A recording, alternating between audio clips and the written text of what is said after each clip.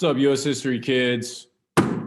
We've made it to the end of a very long unit, World War II. Way to hang in there. We're almost at spring break. We're almost there. And let's finish this up and let's finish this video. Let's do it. 1945, the end of World War II. The end is near, okay? We're in the summer of 1945. Germany's been defeated. Things are pretty good. Most of Europe's been liberated, along with most of Asia as well, as the United States and the Allies are starting to close in on Japan. The U.S. and the Allies got to figure out, okay, the war's pretty much done. We got to pretty much seal the deal on this. We got to rebuild all these places. We kind of got to lay the ground rules going forward about what we're going to do, what we're not going to do, so that we don't get in this mess in another 20 years or something like that. They also got to figure out how the heck are they going to get Japan, who's pretty hardened, pretty fortified, maybe not really down to surrender peacefully, how they're going to be able to get them to surrender. That's where we're at. One of the big events, though, that kind of challenges and affects the narrative of the end game of World War II is the death of FDR. So, FDR, President of the United States, right, passed away soon after the Yalta Conference. We talked about that about 2 slides ago or 3 slides ago, I believe. And that was the conference where they determined how to split up Germany, right? And so FDR, his life, he had polio, which back in the day, could really mess you up, and it really permanently kind of affected his health for years. And so finally he passed away. And so the next president was his vice president. In the event that a president dies, a vice president takes over. And so in this case, it was Vice President Harry Truman assumed the presidency immediately and was sworn in. Real quick aside about FDR's legacy. By most measures, he's considered kind of one of the greatest presidents of all time. He helped the U.S. get out of the Depression, create a lot of social safety nets that we're still using today, like Social Security and whatnot, and also helped really guide the U.S. to victory in World War II, and really turned us into a pretty big world power. And to be honest, after the war, we are one of 2 most powerful countries in the world. First thing you should probably know, right, towards the end here of World War II, one of the more important things is the Potsdam Conference. This takes place over a couple days in late summer. This is after the defeat of Nazi Germany. This conference refined more specifics about how to rebuild Europe and Germany and how to handle the Nazis and whatnot, how to deal with the displaced individuals because of the Holocaust, right? But more importantly, for ending the war, it gave Japan an ultimatum that they had to surrender or they were going to face utter destruction. What that meant was it left ambiguous. We'll find out here pretty soon. While World War II is going on, behind the scenes, there is a large-scale effort to develop a nuclear weapon, a nuclear bomb. In the United States, it's referred to as the Manhattan Project, and it's very, very secretive. Even FDR left Harry Truman out of the loop for most of that kind of planning and progress of the war in the Manhattan Project. So Truman didn't really know much about it. And this was a secret project that was going on across America that was designing the first atomic weapon. One of the big people behind the atomic weapon was Robert Oppenheimer. He's seen as kind of the central figure and one of the most prominent players in the developing of the atomic weapon. There are, of course, a lot of other scientists that participated in the developing of the atomic weapon. There were tests and there were research done across the United States, even locally here in Berkeley. At Lawrence Livermore labs and stuff. I mean, a ton of different research across the country. So there's even some Bay Area connection, some Cal professors and whatnot. Works from like Albert Einstein, who, was a Jew who, could have perhaps stayed in Germany and maybe gave them more research to help develop the bomb. Would that have changed the war? But instead, Albert Einstein obviously left because Jews were being persecuted. An interesting fact, I think. Other countries are trying to develop it, but we were the first to really do it. A lot of that has to do with that we just as a nation have a lot of natural resources that are needed and necessary for developing an atomic bomb. We also, because we're a larger country, we didn't have to utilize every single like man, woman, and child exactly for the war effort on the front lines, especially back then, right? If you were a German man between the age of 15 to 60, you probably had a gun in your hand. Same with Japanese, even more crazy age gaps. Whereas in the United States, you know, if you were a smart person, if you had a college education, you know, you might have not got drafted, or they might have, hey, we're going to put you in this project called the Manhattan Project, and we're going to use your talents here. So the United States, I think, had, fortunately, because we have more resources, more people, the ability to use our talent more selectively. There was a ton of secret, secret stuff around it, like what you do here, what you see here, all that. It stays here. They weren't playing no games. You could not talk about this. You couldn't go home and tell your wife. There was none of that. It was tight-lipped. Otherwise, you get in some serious trouble. And again, other countries trying to do it, but we were the first, and the world has forever changed because of this. So this leads us to the bombing of Hiroshima and Nagasaki. We'll talk about this, and I'll show you the cities and more pictures and stuff in class.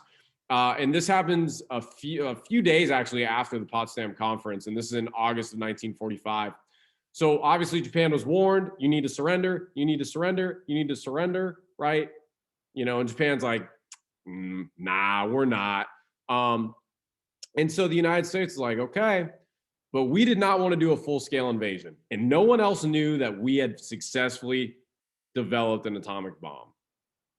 We were kind of kept it under wraps. And we decided to make the painful and difficult decision to drop the bomb first on the city of Hiroshima. And then after Japan still refused to surrender, another bomb was dropped on Nagasaki a few days later. And these bombs were extremely deadly and have forever kind of altered the course of war and history forever in this moment. And there were a lot of civilian casualties, which is hard, and we have to come to grips with that as well.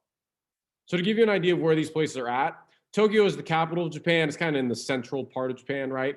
But towards the south, you have Hiroshima and Nagasaki. These are actually relatively large cities, industrial portside cities. They're not little towns. They're big cities, millions of people, right? Two bombs. They were eloquently named Little Man and Fat Boy. Those are the bombs that they were named. And this goes to show you kind of the before and after destruction, the absolute leveling that some of the cities, so Hiroshima and Nagasaki, endured. The picture on the left is a before picture for what Hiroshima looked like. You can tell there's like skyline, buildings, there's things, right? And then on the right is after.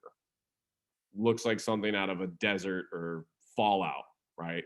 I mean, it's completely almost barren. Things just gone, destroyed, just incinerated, not even there.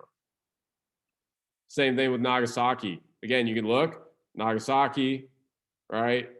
Now you just see the outlines of roads in places that used to be there. Gone, destroyed. This is from Hiroshima. This would be in like the downtown. This would have been the downtown. Again, completely reduced to rubble for a mile on end, as far as you can really see around here. This is more of a close-up photo.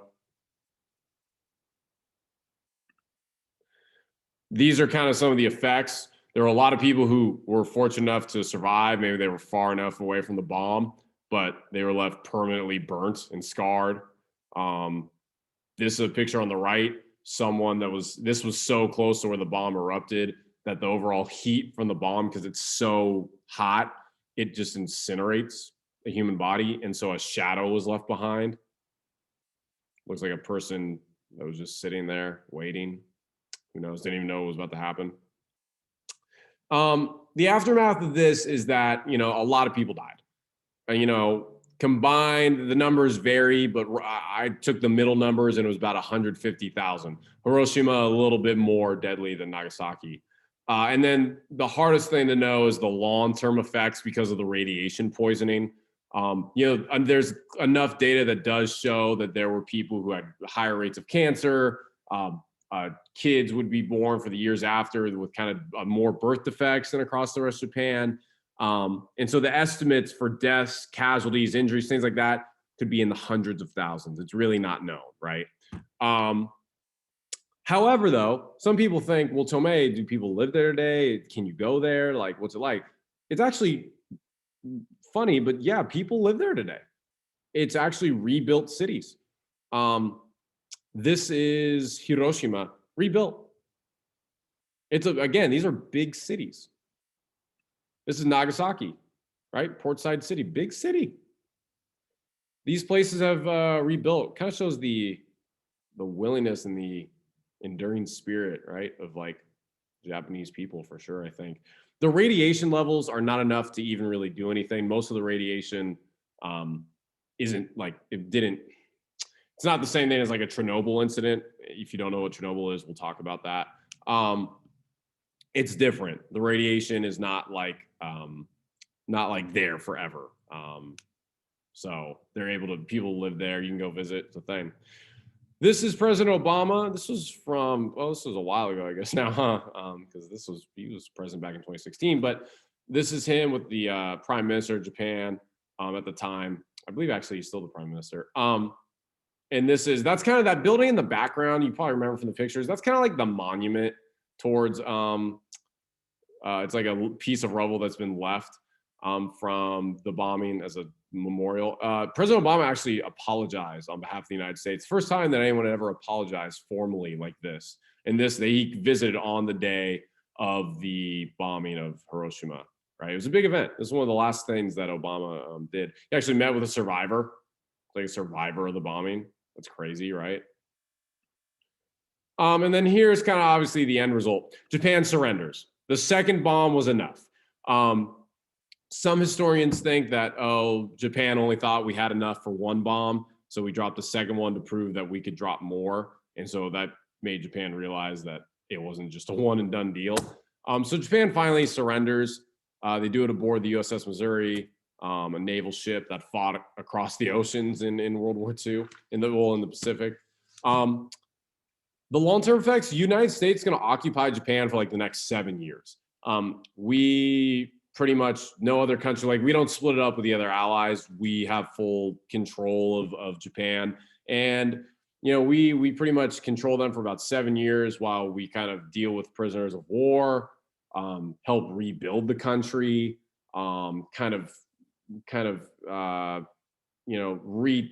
re-indoctrinate them, take powers away from the emperor. So there's a lot of societal, educational, economic, political changes, infrastructural change. I mean, a lot of changes that had to happen in this period in Japan history. But in 1952, we finally leave. We let Japan, we actually help them write their constitution. I mean, we really kind of force their hand a lot, but hold their hand through the rebuilding of their country. And it's ironic, but despite our history today, Japan is one of our closest and strongest allies. These are just some pictures, right? What a moment. Imagine you're just some random 18-year-old, 19-year-old kid on this boat seeing a moment in world, significant moment in world history. This would be the Japanese delegation, and now World War II is over. That's a famous picture that I included. And so that's it. That's the end of this unit. Where we go next, obviously, foreshadowing, as I've done throughout this unit, there's now we got to rebuild Europe. There's now the big power of the Soviet Union, the big power of the United States. That kind of geopolitical rivalry is going to dominate the world for the next 40 years. And that's our next unit, is the Cold War. And that's kind of where we're going next. So make sure to watch this YouTube video. Make sure to do your homework. And I will talk to you guys later. Take care.